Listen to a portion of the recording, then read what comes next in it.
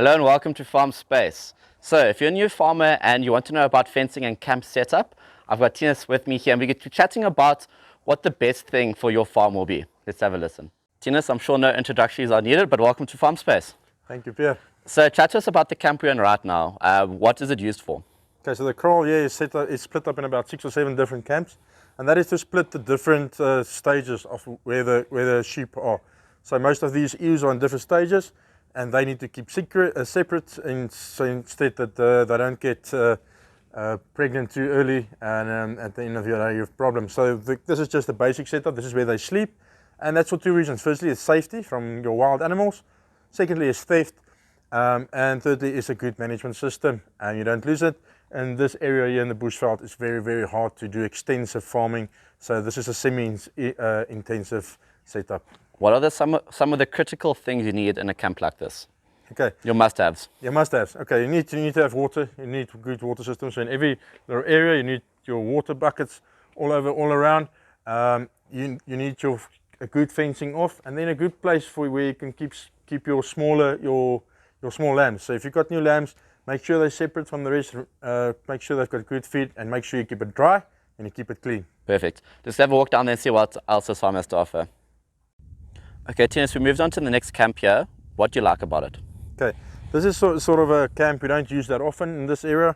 The main reason for this one is that this is where we have our youngsters. So the young ones that still needs a little time, they just moved away from their mothers, most of them. So they just still need to catch a wake up, give a little time to adapt from that before you go put them out in the field. So this is a nice camp for that. They're still close to the kraal, so it's still easy to find them and you don't have to look for them. It's a small camp. It's about 30 meters by 20 meters, so it's easy to manage.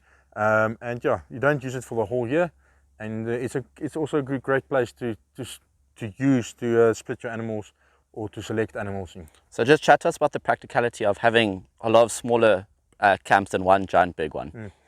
Yeah, I think the ideal thing for me is if you can have the old wagon wheel system is one of the best systems that ever was invented. But for me, if I look at this, I would like 20 or 30 small camps around, and that's for me, the reason for that is on this farm especially, there's now sheep and there's cattle as well. I can put in my cattle first in that camp if I have small herds of 20 or so. Put them in for 3 or 4 days, 5 days, and move them out. They will have taken out most of the long grass, and then 2 or 3 days later you can put in your sheep.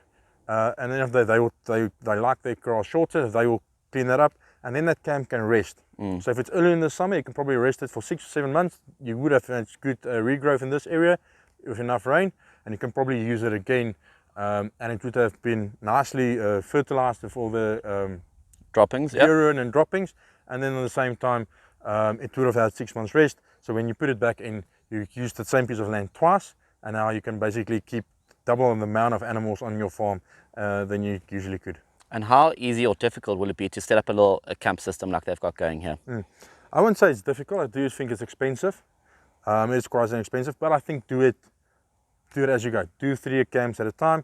Set it up, but start. Don't wait for it until the forever. Start now. Start grazing that systematically, so that you know as soon as possible that you can optimize your usage of your kraal. You can manage your animals. And something that I left out earlier in the kraal as well as over here, I have a few chickens around. Poultry, it's great. Have 15 or 20 of them. They pick up all the worms. They pick up all your ticks, and they keep your kraal clean. And they help with their health in your herd. And what is the main differences between a normal wire fence and an electric fence?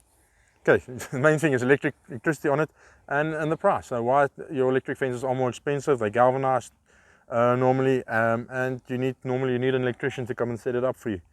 So that does make it more expensive. But what is the advantage of having electric fence? Electric fence, basically it's easier to keep in. They won't, the chance of them getting through electric fence is a lot harder, less for them to get through, and then keeping stuff out. And it's safety for your animals from theft, and then from your normal jackal and that sort of stuff. That's always a problem. So electric fence, especially in your closed camps with your youngsters, always a good idea. So that's exactly what's going on here. They've got an electric fence around the house, and then all the other smaller camps around it have the normal wire fence. The nice thing about it, having one thing is you can always use your your typical Gallagher or Staffix products. So you can use your Staffix wire, set it up, and you can keep your cattle in. Maybe until you've got enough money, you can make your own shorter, smaller camps. So off that main feed. Perfect. Let's go have a walk down there. Okay, so Tinus, we're in a camp in front of the house here. Why is this one your favorite? Up here for me, that works in the start game every day. This for me is a perfect setup. The size of the thing. So it's perfectly in terms of grazing. If you have 20 or 30 sheep wanting to graze here, they'll graze here for 5 days and you can take them out and then let the camp rest. But from a photography and videography point of view, the sun is coming from that way. I've got a beautiful view over there in the summer with the trees and the river. So it gives me the ability to create good videos, good footage and good photos as well at the end of the day. So for me, this is the perfect little camp to cover both a normal grazing option, but as well as a photography option. Okay, perfect. And to wrap it up, what are the quick do's and don'ts for setting up camps? Okay, yeah, I think make sure you do it well. Don't try to do it cheap, and it's just going to cost you more. Think of water. Water is what it's all about. So make sure that you try to split the same water bucket between 2 camps. Saving money that way is always a great way. The next thing is make sure on the sizes. Make sure that the sizes are in balance. So if you've got one camp that's small and one that's big, you fall out of balance and it's difficult to manage your things. So try to keep your camps all the same size so that you know how to manage them.